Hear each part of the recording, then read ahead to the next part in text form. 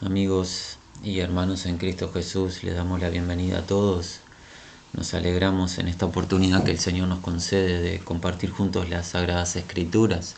Para hoy tenemos dispuesto un encuentro especial. Tenemos la costumbre de poder acercarnos a uno de los libros de la Palabra de Dios y procurar por su gracia cubrir versículo a versículo. Hoy será un encuentro especial porque trataremos más bien un tema, si bien no lo vamos a cubrir plenamente, pero daremos ciertos títulos acerca de un tema en distintos pasajes. Si tienen todos a bien dirigirse al primer libro de las Sagradas Escrituras, el libro de Génesis, en el capítulo número 1, en el versículo número 1, encontramos una de las declaraciones más maravillosas que puede leer el ser humano. Dice así, de manera muy clara, la palabra de Dios: en el principio creó Dios los cielos y la tierra. La palabra de Dios es concreta, no es dubitativa y nos declara que el autor de todo lo que nuestros ojos ven concerniente a la vida es Dios. Cuando leemos que Dios en el principio o en el inicio creó todo, creó los cielos y la tierra, queda claramente exento Dios de dicha creación. O sea, Dios no fue creado en ese momento, Dios es preexistente, es el único ser que existe desde siempre y para siempre. Y es Él la fuente de la creación. El Nuevo Testamento nos enseña que Dios lo creó todo a través de Cristo Jesús. Lo que no existía lo trajo al plano existente. ¿Cómo lo creó? Con el poder de su palabra. Cielos y tierra. Y luego en el desarrollo de este capítulo número 1, junto con el capítulo número 2, nos cuenta cómo creó todos los elementos y toda la vida de los cielos y de la tierra, tanto sean criaturas angelicales, criaturas animales o la corona de su creación, el ser humano. Nuevamente, la palabra de Dios es concreta en decirnos que Dios es el autor de la vida toda. Todo lo que existe fue creado. De lo que no existía, Dios trajo a la existencia por el poder de su palabra todas las cosas. Dios es el creador de todo. Pero además de ser el creador de todo, Dios es quien está en control de su creación. Y ese es nuestro foco de interés en esta oportunidad. Considerar y destacar y traer a nuestra comprensión y entendimiento y llamarnos la atención de que Dios es quien controla y domina la creación. Esto lo vamos a defender con las Sagradas Escrituras, pero es importante que tengamos la humildad de reconocer que quien controla la creación es el Creador y no somos nosotros las personas. Estamos viviendo en días, en especial en la región donde nosotros habitamos. Este grupo de hermanos nos encontramos al sur del continente americano, en la República Oriental del Uruguay, una pequeña república situada entre dos grandes países, Argentina y Brasil. Estamos viviendo en días de sequía. Muchos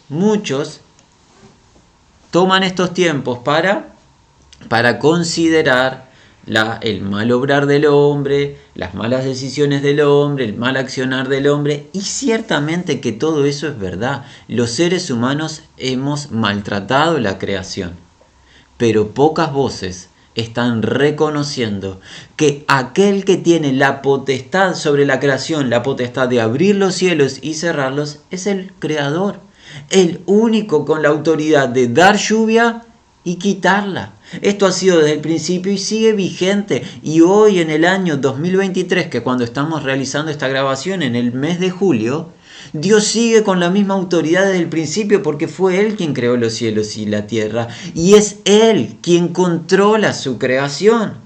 Alguien dirá, ¿y esto de que Dios tiene la autoridad sobre la lluvia, que es Él quien da lluvia y quien la quita, de dónde proviene? Si esa es la pregunta que tú tienes, es una pregunta sabia, porque siempre debemos de fundamentar nuestras declaraciones en la palabra de Dios. Si nos adelantásemos al capítulo número 6 de este mismo libro, el libro de Génesis, muchos de ustedes lo deben de conocer, encontramos los días de ¿qué? De Noé, en donde la maldad del hombre era sobremanera grande y todo designio o pensamiento del hombre que era de continuo el mal. ¿Qué determinó Dios? Juzgar al hombre y condenar el pecado. ¿Cómo? Con un diluvio. Dios mandató a Noé, a quien halló un varón recto delante de él, perfecto en todos sus caminos. Él, su esposa, sus 3 hijos y las 3 esposas de sus hijos junto con todos los animales recibieron el mandato de ingresar en el arca. Noé pregonó justicia por 120 años y el ser humano no se arrepintió. Y cuando Dios lo determinó e ingresó ese remanente que había establecido Noé y su familia junto con los animales al arca, ¿qué pasó? Dios mandó la lluvia por 40 días y 40 noches y el mundo antiguo fue inundado. ¿Quién mandó la lluvia? Aquel que le dijo a Noé que debía de preparar el arca. Y Noé fue fiel y por 120 años preparó y también pregonó justicia. Y las lluvias vinieron en el tiempo que Dios lo dijo, como Dios lo dijo, y Dios juzgó al mundo. Pero si continuamos en el paso del tiempo y nos adelantamos en la historia de la raza humana, hallamos ya los días de que Dios con su pueblo Israel, a través de su siervo Moisés, estableciendo el antiguo pacto. El antiguo pacto es un pacto que se puede comprender fácilmente en esta relación de Dios con su pueblo. Dios mandató a su pueblo Israel. En la medida que su pueblo escuchase con atención y obedeciese, bendición habría para el pueblo. En la medida que el pueblo desobedeciese la voz de Dios, maldición. Y esto donde lo encontramos en el libro de Deuteronomio. Invitamos a todos a dirigirnos allí y vamos a dar una lectura ágil, versículo a versículo, al capítulo número 28. Nosotros nos estaremos apoyando en una comprensión literal del texto hebreo, el cual dice Deuteronomio capítulo número 28, versículo 1 en adelante. Y sucederá, si diligentemente oyeres la voz de Jehová, Elohim, para guardar y hacer todos sus mandamientos que te comando hoy. ¿Quién comanda? Moisés. Pero no es los mandamientos de Moisés, son los mandamientos de Jehová Elohim. Recordemos, cuando vemos esa palabra Elohim, estamos viendo Dios en su función de juez. Jehová el juez manda a través de Moisés, que es el instrumento, pero los mandamientos son de Dios. ¿Qué hará Jehová? Te pondrá Jehová Elohim alto sobre todas las naciones de la tierra. Notemos en el primer versículo, si oyeres, y este oír tiene la intención de oír para realizar, porque dice para guardar y hacer. Es un oír atento, no un oído pesado, sino el oído atento para realizar los mandamientos de Dios. ¿Qué va a hacer Dios con Israel, su pueblo? Va a exaltar a su pueblo, lo va a elevar por encima de todas las naciones. Y vendrán sobre ti todas las bendiciones estas y te alcanzarán, porque oíste la voz de Jehová Elohim. Clara señal de que cuando hay respuesta adecuada de su pueblo, bendición alcanzará al pueblo. ¿Bendición de quién? ¿De dónde proviene la bendición? De Jehová el juez justo, el cual va a bendecir a su pueblo, y esas bendiciones van a alcanzar, van a llegar a Israel para su beneficio. ¿Cuáles son las bendiciones? Las va a describir. Bendito tú en la ciudad y bendito tú fuera, en el campo. Bendito el fruto de tu vientre y el fruto o el producto de la tierra, el fruto de tus bestias, las crías de tus vacas y las crías de tus rebaños. Bendición total, tanto para el hombre como para sus animales, tanto como para la fertilidad de su pueblo. Por eso bendito el fruto de tu vientre. Bendición total. Bendita tu canasta y tu arteza. Esa arteza es el elemento donde se amasaba. O sea, bendita toda tu productividad. Bendito tú cuando entrares, bendito tú cuando salieres. Entregará Jehová tus enemigos que se levantan contra ti. ¿Para qué los va a entregar? Ser heridos o derrotados delante de tu rostro. Nótese que no solo habrá una bendición total en el obrar del pueblo, sino que también habrá una bendición en protección y en seguridad. Porque aquellos enemigos que se levanten contra el pueblo de Dios serán entregados ¿de parte de quién? De Dios mismo, entregados para que sean heridos y derrotados. Miren, camino uno vendrán contra ti. O sea, por un camino vendrán los enemigos contra Israel, pero ¿cuál va a ser el final?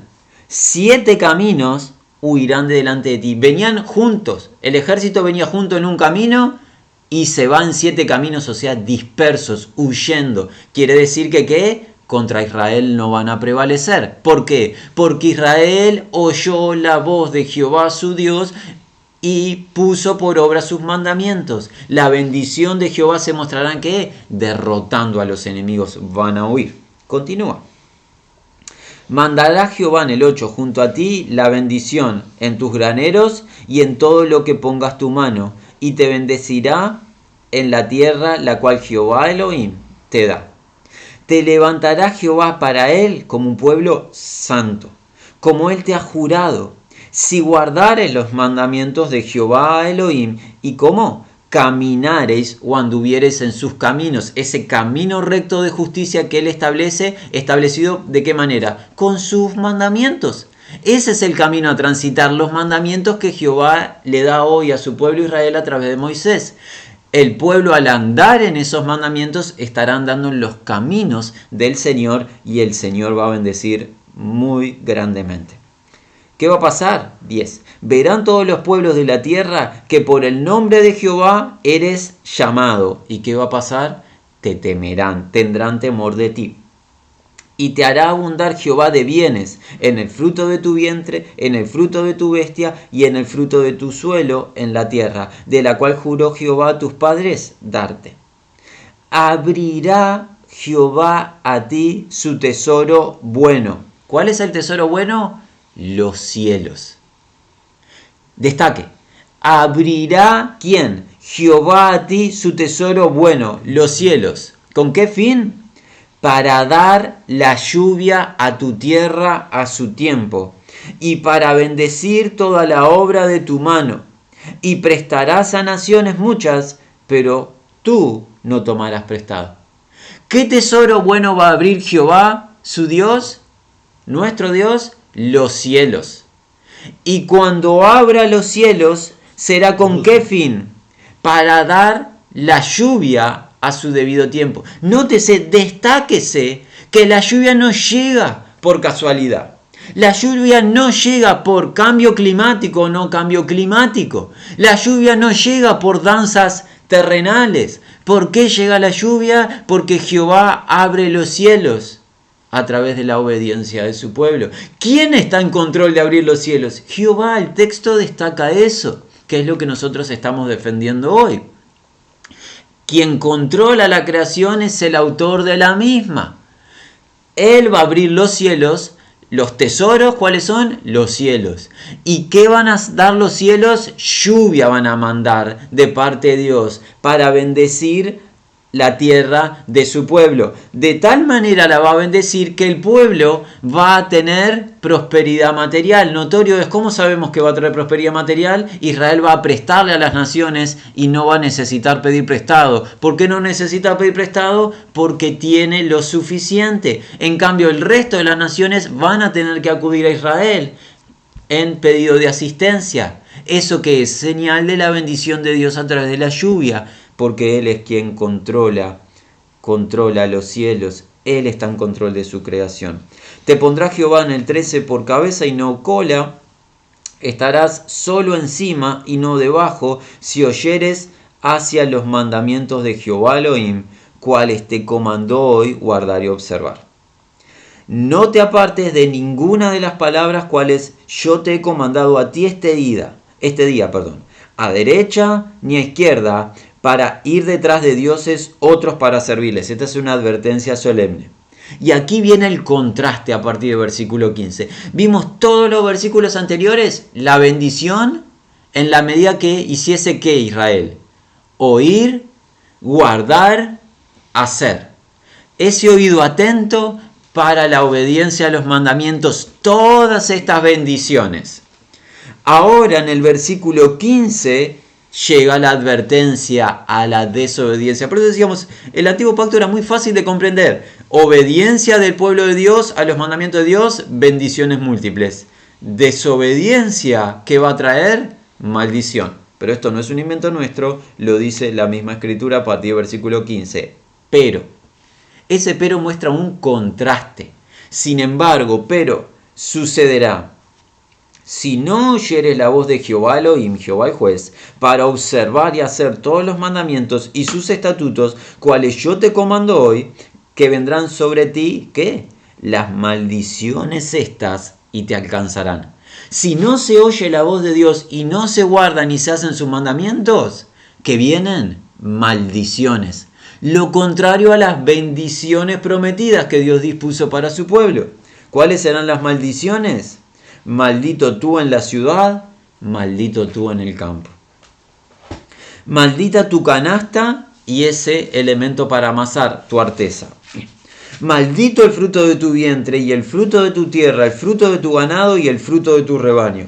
Maldito tú al entrar, maldito tú al salir. Mandará Jehová sobre ti maldición, confusión y censura en todos los que pongas tu mano para hacer, hasta que seas destruido y hasta que perezcas rápidamente por la maldad de tus hechos en los cuales, ¿qué? Me has olvidado. Y aquí está la clave de toda esta maldición, porque el que lee dice, qué severo el Señor con su pueblo. Esta es la clave, el olvido del pueblo de Dios a su Dios, el cual libertó de las manos de Faraón y Egipto y lo trajo, lo introdujo en esta tierra prometida, está introduciéndolo en esta tierra prometida otorgada a Abraham su amigo, la tierra que fluye leche y miel, la tierra de la promesa, la tierra de la herencia. Pero ¿qué hace el pueblo? Olvida a su Dios, se va en pos de ¿qué? Dioses paganos, dioses ajenos que sus padres no habían conocido. ¿Qué va a hacer Dios? 21. Pegará Jehová a ti la plaga. Esta es la idea de va a adherir Jehová a ti una plaga. Y la idea es la va a adherir, no te la vas a poder sacar, no te la puedes arrancar de tu cuerpo porque Dios lo va a hacer. Va a pegar Jehová a ti la plaga. ¿Hasta cuándo la va a pegar? Hasta que te haya consumido. De la tierra, la cual vas a entrar para poseer, lejos de disfrutar la tierra a la cual vas a entrar, te va a consumir en dicha tierra con plaga. Tremenda, tremenda cosa es desobedecer a Dios. Te herirá Jehová de tisis, con fiebre y con inflamación y con extremo ardor y con la espada y con sofocación y hasta incluso con ¿qué? Con moho te perseguirán hasta que perezcas. Versículo 23. Y los cielos que están sobre tu cabeza serán ¿de qué? De bronce. Y la tierra que está debajo de ti, de hierro. Dará Jehová por lluvia a tu tierra, ¿el qué? El polvo y ceniza, de los cielos descenderán sobre ti hasta que perezcas. Lejos de abrir los cielos para mandar la lluvia, que es el tesoro de Dios para bendecir la tierra, ¿qué van a hacer los cielos? Como bronce y la tierra como hierro, improductiva. Los cielos no van a mandar lluvia, la tierra va a ser dura como el hierro, no va a producir fruto alguno, porque no va a haber bendición de Jehová el juez sobre su pueblo, sino que va a estar la maldición de Jehová. La tierra no va a dar fruto, no va a haber bendición. ¿Por qué razón no hubo fruto ni bendición, no hubo lluvia de los cielos? Por el olvido del pueblo de su Dios, por la rebelión de su pueblo, por la desobediencia y por no guardar sus mandamientos. No por cambios climáticos, no por el uso de aerosoles, esto, lo otro. Ciertamente todo eso debemos ser administradores responsables de la creación y utilizarlo adecuado. Pero nada de eso es un elemento que haga que la lluvia venga del cielo o deje de venir. ¿De qué proviene la lluvia o de quién proviene la lluvia? De Jehová el juez.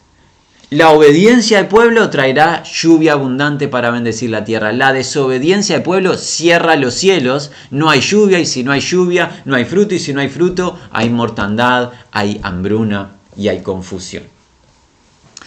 Pasemos, invitamos a todos, dijimos, hoy vamos a estar viendo distintos pasajes, esperemos que todos estemos muy atentos. Pasemos, adelantémonos en la historia del pueblo de Israel. Ya vemos los mandatos de Dios en su antiguo pacto para Israel. Ahora veamos ya la experiencia práctica de esto. Esto puesto ya en una realidad tangible. Vamos al libro de Jeremías, el capítulo número 14, y veamos esto mismo experimentado por el pueblo de Dios. Dios anuncia, Dios advierte y debemos de estar atentos. Capítulo 14 del libro de Jeremías, continuamos leyendo de manera literal el texto. Dice así capítulo 14. La que fue hecha palabra de Dios a Jeremías. Esa palabra que se convirtió a Jeremías de parte de Dios. ¿De qué tema? Concerniente a las sequías. Bueno, esto es un tema muy importante para nosotros. Jeremías, en nuestros días nos encontramos en una situación similar. A ver qué hizo Dios con su pueblo Israel. Recordemos, estamos viendo el trato de Dios con su pueblo Israel en el antiguo pacto. Lamenta Judá y sus puertas languidecen, o sea, demuestran debilidad, están debilitadas. Lamentan por la tierra y el clamor de Jerusalén ha subido. Este lamento es un lamento intenso porque ha ascendido, se ha elevado. Hay una situación que ha causado estupor, lamento, calamidad. Y sus nobles o sus magnates, o sea, los habitantes de Jerusalén y de Judá de prestigio. Aquellos que tienen abundancia de bienes que no tienen faltantes. ¿Qué hacen los nobles o los magnates? Enviaron a sus pequeños, y estos pequeños quizás sean sus siervos, sus criados, los enviaron ¿a dónde? ¿O para qué? Por agua. Los enviaron a traer agua, que es el elemento básico de subsistencia. Ellos, los pequeños, los criados, fueron o entraron a las cisternas, no hallaron agua. Retornaron con sus vasijas vacías. ¿Qué pasó? Fueron avergonzados y humillados y cubrieron sus cabezas. Los magnates, los ricos, los individuos de Judá y de Jerusalén, los integrantes del pueblo que estaban rodeados de bienes, fueron por agua, el elemento básico. O mandaron a que fueran sus siervos por agua, el elemento básico. No la encontraron. ¿Por razón de qué? De las sequías, y que trajo vergüenza. No importa si tiene recursos o no, cuando Dios manda la sequía, no hay bien material que pueda saciarte. Trae confusión o vergüenza. 4. Porque la tierra está resquebrajada o despedazada. Porque no hubo lluvia en la tierra. Fueron avergonzados los labradores, cubrieron sus cabezas. Tal era la sequía que está agrietada la tierra. Estas son imágenes muy vívidas para nosotros porque hemos visto en nuestra nación en estas jornadas similares imágenes. Se resquebraja la tierra, ¿por qué? Porque no ha sido hidratada, porque la lluvia no ha descendido desde el cielo. ¿Y qué hacen los labradores de la tierra? Cubren sus cabezas, y esta es una señal en cierto aspecto de un lamento casi que de luto. No hay cómo trabajarla la tierra porque no hay agua que descienda del cielo.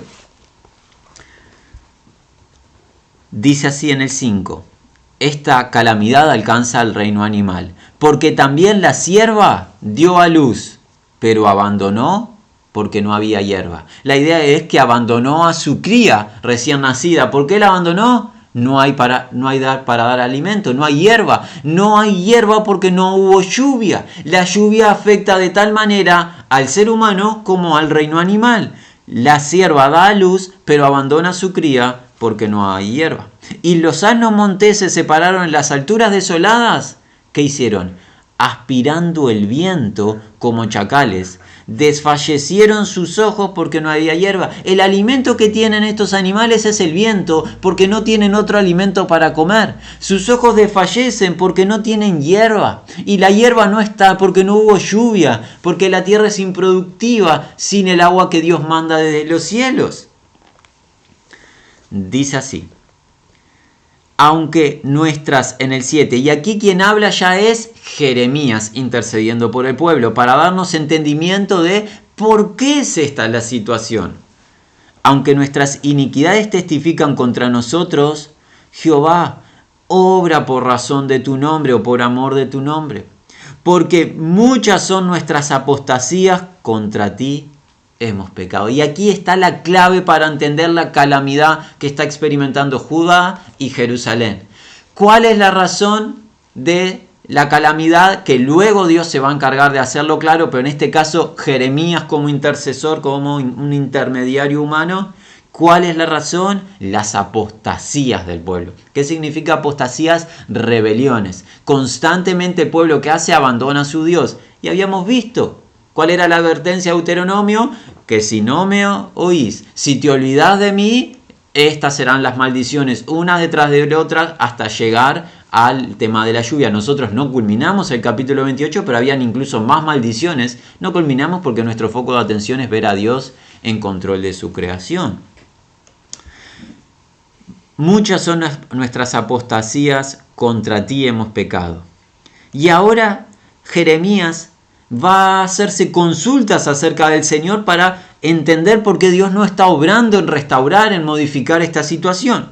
La esperanza de Israel, su Salvador en tiempo de angustia. ¿Por qué serías como extranjero en la tierra y como viajante acampando para pasar la noche? La imagen que nos presenta Jeremías es: la presencia de Dios no está con nosotros.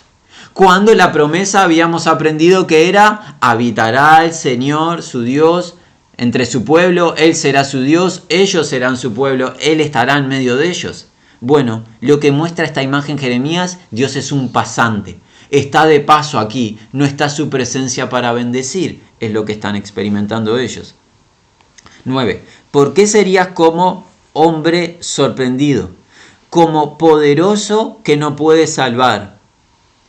Todas estas preguntas demuestran la incertidumbre y la confusión sobre el pueblo y también en cierto aspecto sobre Jeremías al ver la calamidad de la sequía. ¿Qué pasa, Señor, que no obras, que no bendices, que no manda la lluvia? ¿Por qué no operas? ¿Por qué no intervienes cuando estamos orando a ti? Ya Dios va a responder y va a demostrar la razón de por qué no interviene. Y aún tú en medio nuestro, Jehová, y por tu nombre somos llamados, no nos abandones. Por tu nombre somos llamados, enseguida nos retrotrae a Deuteronomio. ¿Se acuerdan que había dicho? Será llamado por el nombre de Jehová y los pueblos te temerán. Bueno, Jeremías recuerda eso y dice: somos llamados por tu nombre, no nos abandones. Ahora Dios interviene y va a hablar. Versículo 10. Así dice Jehová al pueblo este: así han amado vagar, sus pies no han restringido. La idea ese de vagar es tener un curso sin rumbo fijo. La idea es andar oscilando. La idea es de lugar en lugar. Y tiene la idea este texto de pecado en pecado. No transitar la senda recta, esos estatutos, los mandamientos de Dios, el camino de justicia, sino tomar el curso del pecado, de pecado a un lado, de pecado al otro, sin un rumbo fijo. Es la idea que muestra el texto. Por eso que no restringen sus pies, no le ponen límite a sus pies, los pies van de pecado en pecado, no están escuchando a Dios. Ahora empezamos a comprender por qué Dios no interviene, para bendecir, para restaurar. Por tanto, Jehová no se complace en ellos. Y no solo no se complace, no se deleita en Judá y en Jerusalén, sino que ¿qué más va a hacer? ¿Qué dice? Ahora recordará sus iniquidades y castigará sus pecados.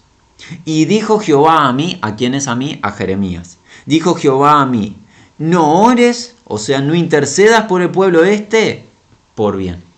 Nótese lo extremo de la situación, que el profeta recibe la orden de no orar para bendecir al pueblo, que es la función de un profeta, o en nuestro día la función de un pastor, siempre pedirle a Dios por la bendición de Dios para el rebaño, para el pueblo. Bueno, Jeremías recibe la orden: no pidas por el pueblo. Y la idea es: no pidas porque no voy a escuchar. Continuemos. 12. Cuando ayunen, y siempre ayunamos para buscar el rostro del Señor, cuando nos surge una situación para que Dios nos escuche, para que Dios nos responda. Cuando ayunen, no oiré sus clamores. Y cuando ofrenden holocaustos y ofrenda de cereal, no me complaceré, o sea, no me complaceré en dichas ofrendas, sino por la espada, y por hambre, y por la pestilencia, los consumiré. ¿Recuerdan Deuteronomio? La confusión que iba a traer: hambre, espada, moho, pestilencia, tisis, fiebre, ardor. Bueno, esto se está experimentando. Y dije: Adonai Jehová, o sea, Señor Jehová. Miren lo más interesante. He aquí los profetas les dicen, no veréis la espada, y hambre no tendréis, porque paz verdadera os daré en el lugar este. Jehová acaba de decirle a Jeremías que no pida por el pueblo y que va a consumir al pueblo con espada.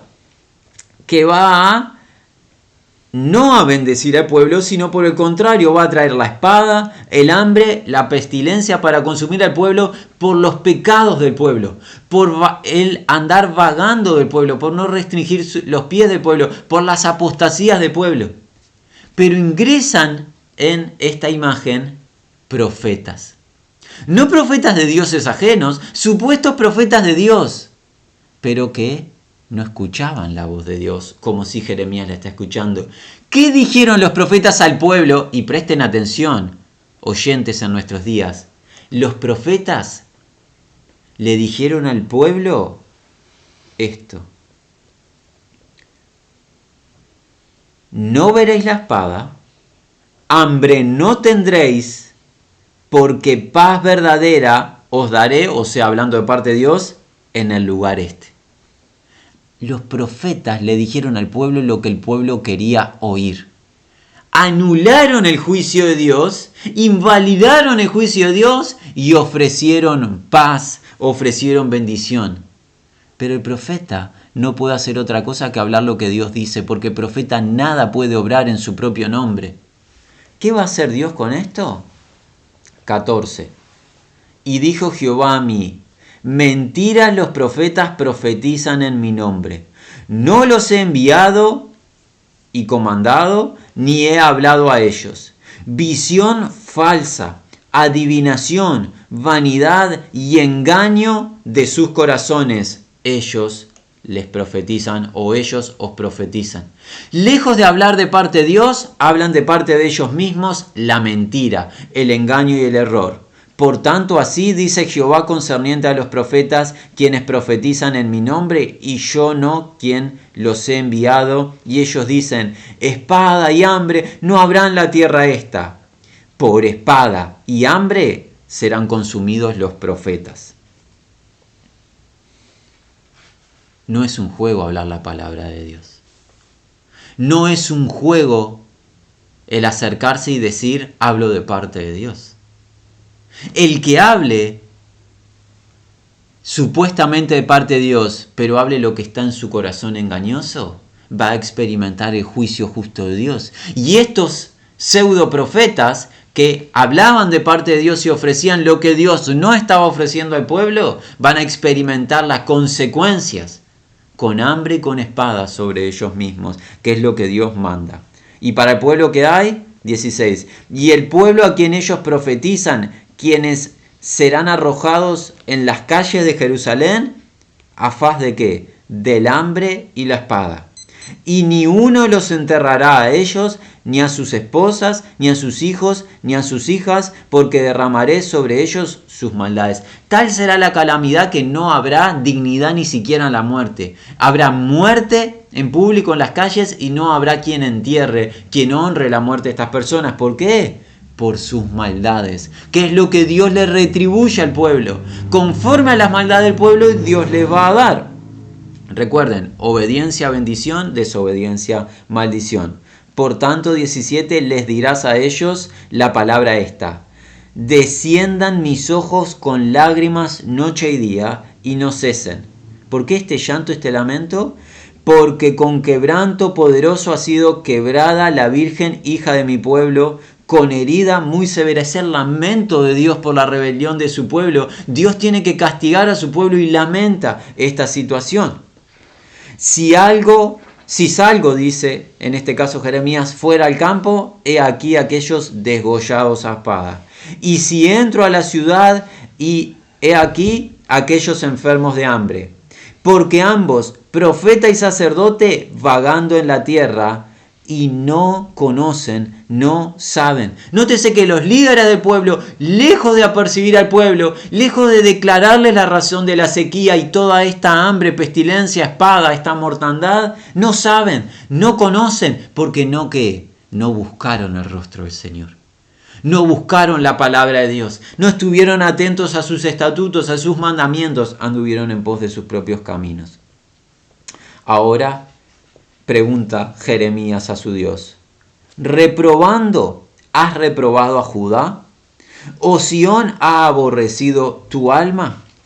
¿Por qué nos has herido tal que para nosotros no hay? La idea es no curación, o sea, no hay curación. Buscamos, exasperamos, la idea es esperamos, mejor dicho, buscamos o esperamos paz, pero no bien. Y por el tiempo de curación y hubo turbación. Reconocemos, Jehová, nuestras malicias, las iniquidades de nuestros padres, porque hemos pecado contra ti. No desprecies por razón o por amor de tu nombre. No deshonres el trono de tu gloria. Recuerda, no frustres, no rompas. La idea es no rompas tu pacto con nosotros. Y aquí está la clave en estas preguntas retóricas del versículo final, el versículo 22, para entender quién controla las lluvias y quién es el autor de estas sequías. Dice así: ¿existe alguno entre los dioses de las naciones que haga llover? Es retórica, la idea es no existe, porque los dioses no existen, son obra del hombre, son vanidad. Ningún dios puede hacer llover. Y ahora pregunta nuevamente Jeremías: ¿los cielos pueden dar lluvia? La idea es, ¿los cielos solos, por sí solos pueden dar lluvia? Y la respuesta es no, claro que no.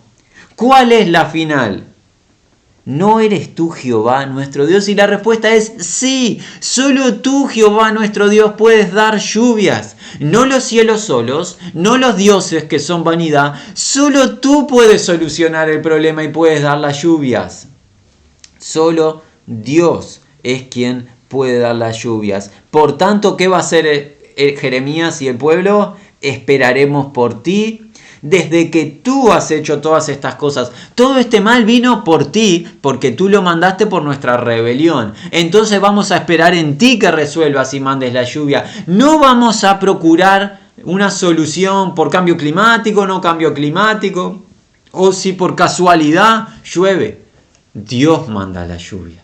Dios es quien está en control de la lluvia. Los cielos dan lluvia cuando Dios lo da. Da la lluvia temprana y da la tardía para bendecir la tierra que Él creó, para que el hombre obtenga fruto de la misma y sea bendecido. Por ende, el hombre, ¿a quién tiene que acudir?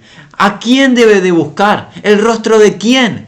¿A quién debe de reverenciar, exaltar y adorar? ¿Y a quién debe volverse? Aquel que está en control de la creación. La pregunta es, ¿estamos haciendo eso en nuestra tierra?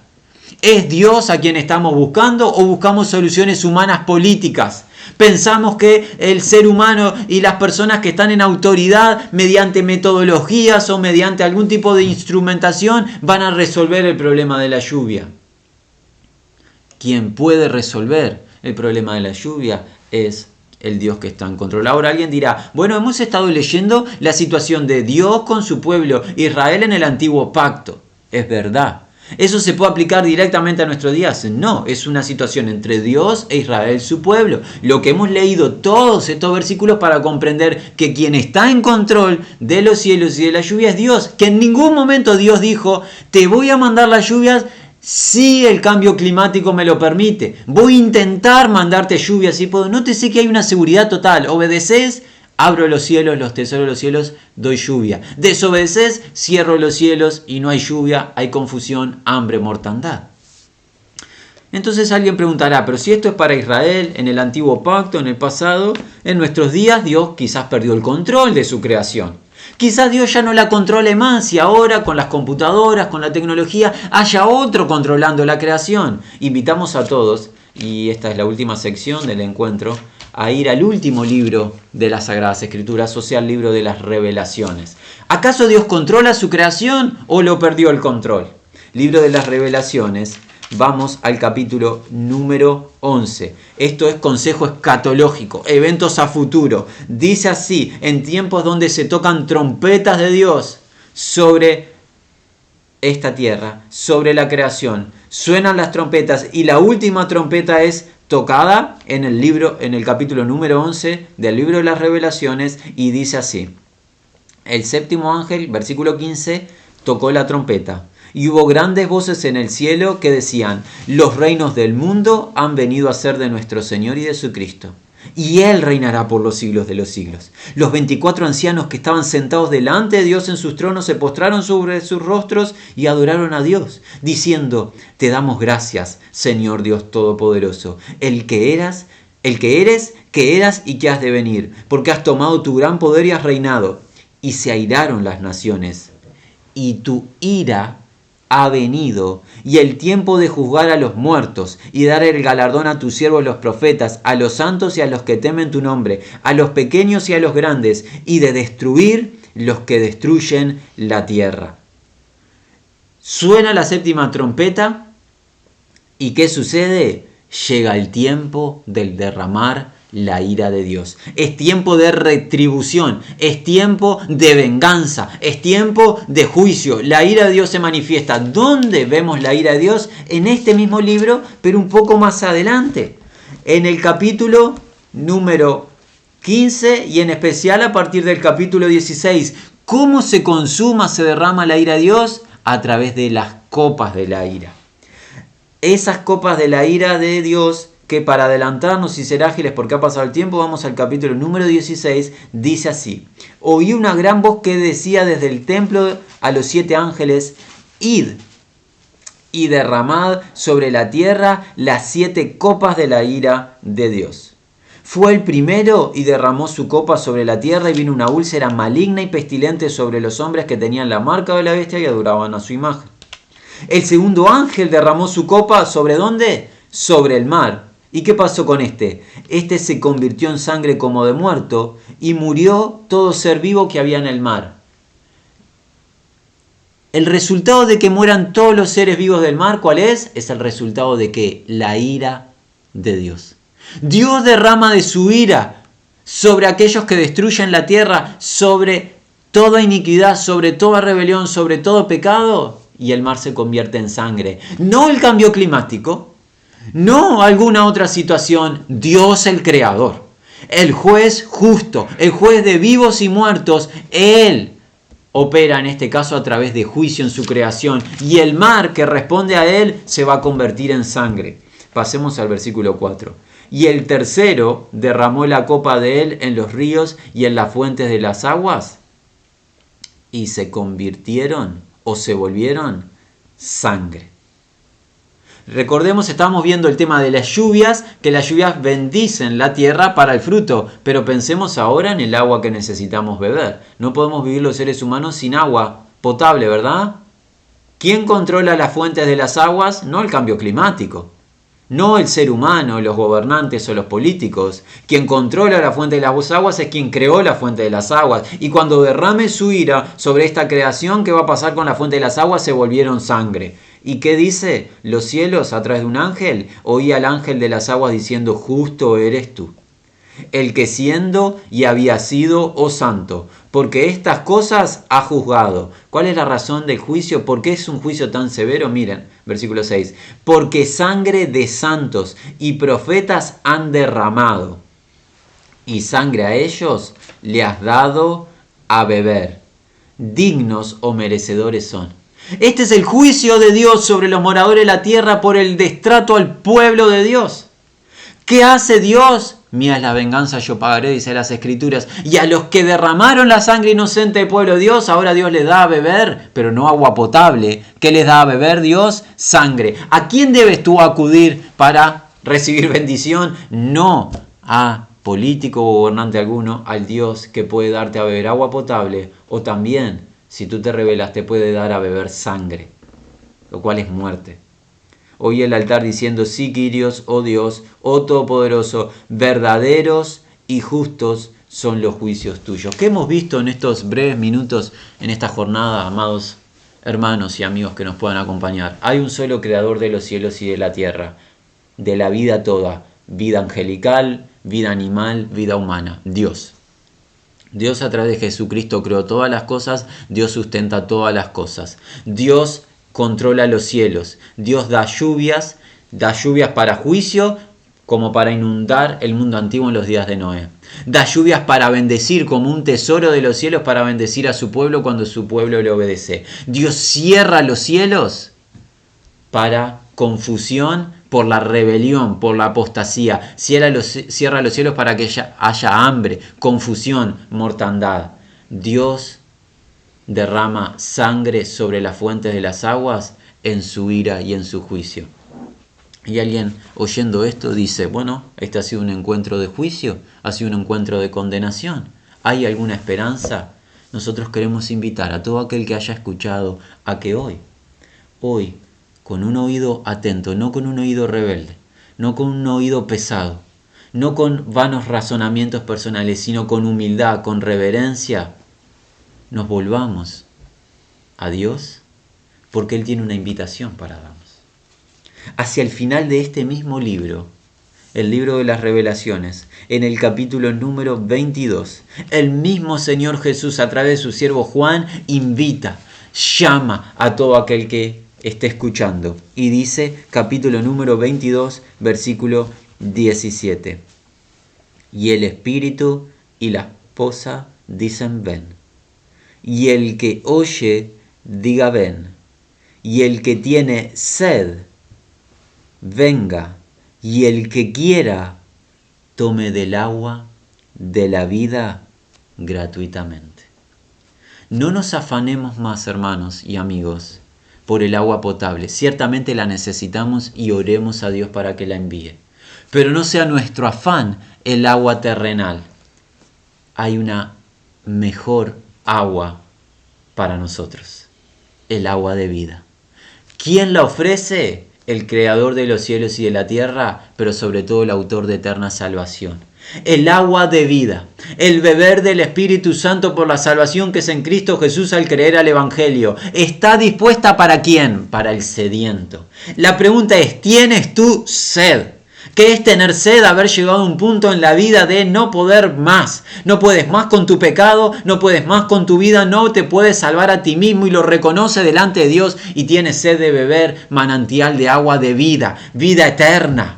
¿Qué es lo que te ofrece Jesús? Él está llamando a los sedientos. Vengan los sedientos, vengan y beban. Es gratis para aquel que tenga sed. ¿Recuerdas lo que pasaba con los magnates de Jeremías? Tenían abundancia de recursos, no había agua. Ahora Dios te llama a que bebas gratis. No importa si eres magnate o eres pobre. Está dispuesta el agua, pero el agua de vida para todo aquel que crea el Evangelio. Como había llamado en el libro de Isaías en el capítulo 55, no gasten vuestro dinero en lo que no sacia. Venid, deleitaos. Deje el impío su camino y el hombre inicuo su pensamiento. Si vuélvase a Jehová, el cual tendrá de él misericordia, y al Dios nuestro, el cual será amplio en perdonar. Las aguas de vida limpian. Las aguas de vida nos hacen renacer. Las aguas de vida son aguas de perdón, son aguas de salvación, son aguas de vida eterna. No pensemos que vamos a controlar la creación, los seres humanos o nuestros políticos, nuestros líderes nos van a salvar. No van a salvar. Nadie va a poder controlar la creación. Dios ya ha determinado qué hacer con su creación y Dios ha determinado en su consejo escatológico un día hacer cielos nuevos y tierra nueva en los cuales moran la justicia. Todo eso lo disfrutaremos creyendo en Cristo Jesús, en su Evangelio. Pero si nosotros no escuchamos la voz del que está amonestando de los cielos, que está mandando sequía tras sequía, calamidad tras calamidad, pestilencia tras pestilencia, si no escuchamos a Dios, lo único que haremos es malgastar nuestros días y un día nos hallaremos en un juicio de condenación eterna. Hoy es tiempo de beber agua de vida. Vida abundante, la vida de Cristo. Él llama a beber. Él se levantó en aquel gran día y último de la fiesta en Juan 7 y llamó a Él para beber agua de vida, que es el Espíritu Santo que Él da al creer al Evangelio. Invitamos, alentamos, exhortamos a todo aquel que esté escuchando: arrepiéntete de tu estado de pecado. Exalta al Creador de los cielos y de la tierra, el que manda la lluvia y el que cierra los cielos.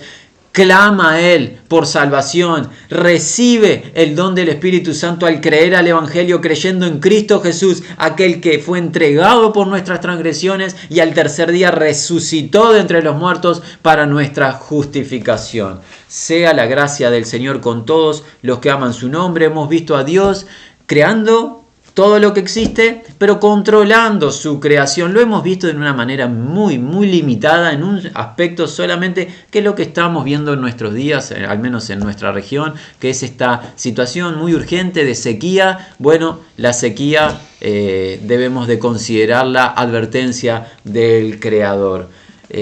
Alentamos a que todos consideremos nuestro andar. Sea la gracia de Dios con todos los que aman a Jesucristo y confían en su santo nombre.